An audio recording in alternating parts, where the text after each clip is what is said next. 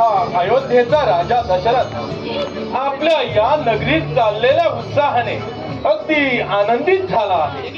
माझे सुपुत्र राम लक्ष्मण भरत शत्रुघ्न यांचा शुभ विवाह होऊन काही दिवस लोटले तरी आपणा सर्वांच्या मनातील फुललेल्या आनंदाच्या उर्मी आहेत तशाच आहेत हे पाहून आम्हा पिता पुत्रावरील आपलं जाज्वल्य प्रेम साऱ्या आर्यव्रताला दिसून येईल.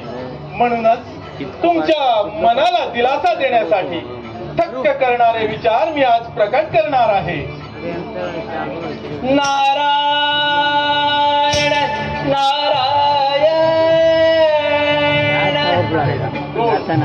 महर्षी नारद मुनी या आनंदी प्रसंगी अवतीर्ण होत आहेत हा एक अलभ्य लाभच समजला पाहिजे.